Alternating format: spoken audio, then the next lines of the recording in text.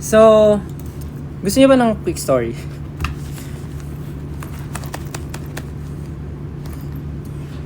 So guys, 'di ba kinuha ko yung ayoko ng ganitong topic kasi. Like, hindi ko sure kung ano lang, kailangan ko lang siyang i-share para at least mawala siya sa iniisip ko. So,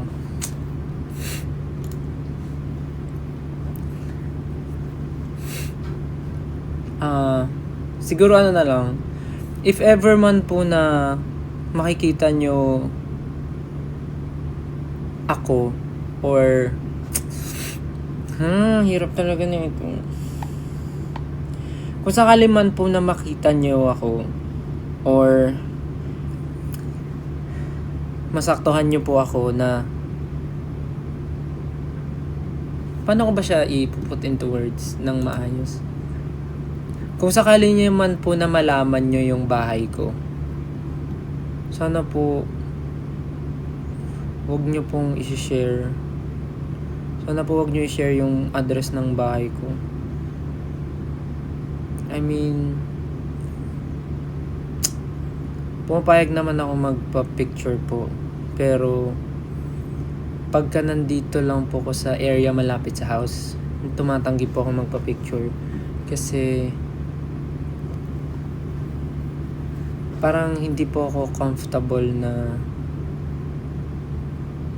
I mean, kahit sabihin naman na hindi upload, parang na paranoid ako na baka, alam mo yun. I mean, alam ko naman na hindi naman naabot sa ganun, especially pag 18. Pero, yun lang siguro yung mga nan-nego ko. Nan-nego. I mean, pagka nakita nyo yung bahay ko, or alam nyo kung ano yung address ko, yung kulay ng gate ko, sana, pag sinabi kong no picture, sana maintindihan nyo kasi, or sana hindi magpapatagong photo kasi nahahalata nang nag-no na ako. I mean, maayos naman yung way ko ng pag-no kasi nga nandito nga sa sige nga. Shucks, ang hirap talaga. So kanina kasi pagkuha ko ng food, may tao sa baba.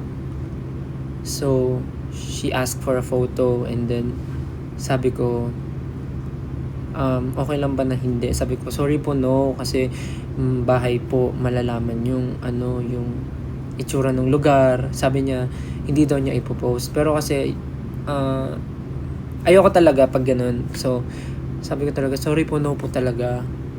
Sabi niya, isa lang daw.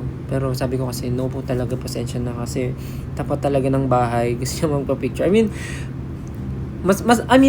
okay lang naman sa akin, pero kung wala dito sa area, okay lang sa akin kung wala dito sa area.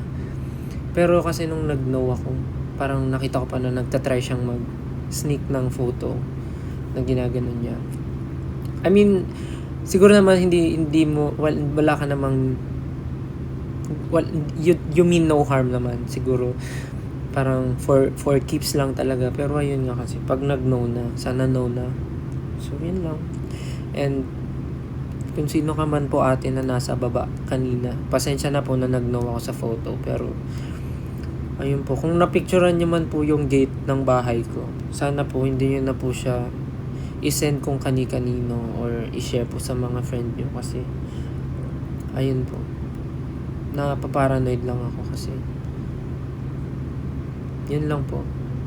Hindi naman ako galit or what. I mean, nasad lang ako na parang maayos naman yung pakikipag-usap ko. Pero naiintindihan ko rin naman kasi baka nga napadaan lang siya or sumakto lang na nandun siya.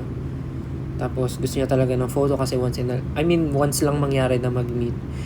Pero mali lang talaga yung situation. Kasi nga ayoko din kasi nga nasa bahay. So, ayun. Especially po pagka yung mga nag-aabang sa office, I mean, sana po hindi niyo po gawin yun palagi kasi I mean, unang-una dapat po nagpapahinga po kayo sa bahay niyo.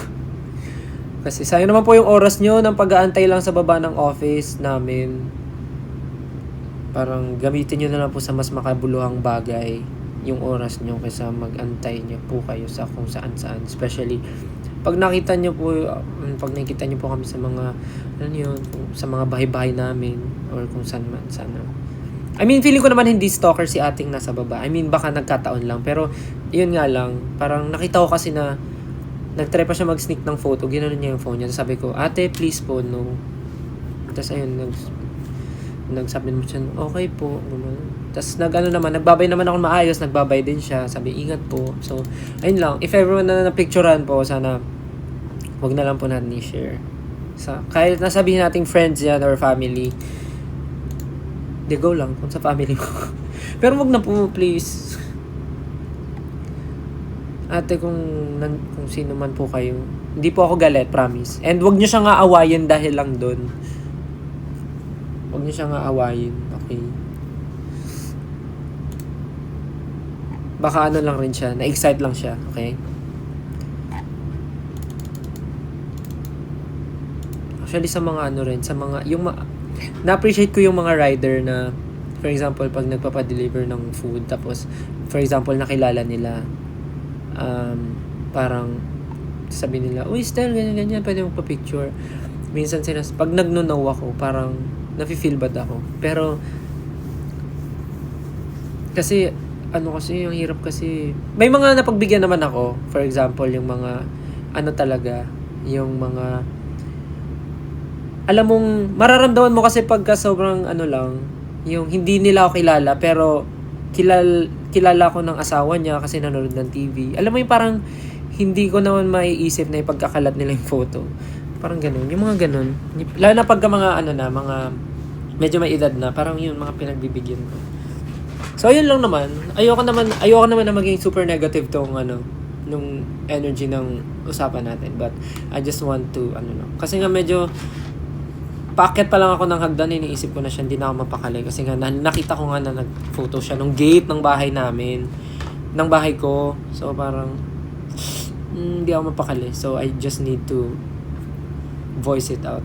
Para if ever man, mapanood niya to, ganun. Alam ko naman po na wala kang minimin na harm, pero yun po, sana po. Kung napicturean niyo po, inyo na lang po yan. Kasi po may may number ng address sa sa gate. So pag shinare niyo po yan, baka maging po ito, baka maging tambayan na ng ng 18 itong gate ng bahay ko. Na wag naman po sana. Yan lang naman. Anyways, yung salmon ko ay buhay na ata dahil kanina pa siya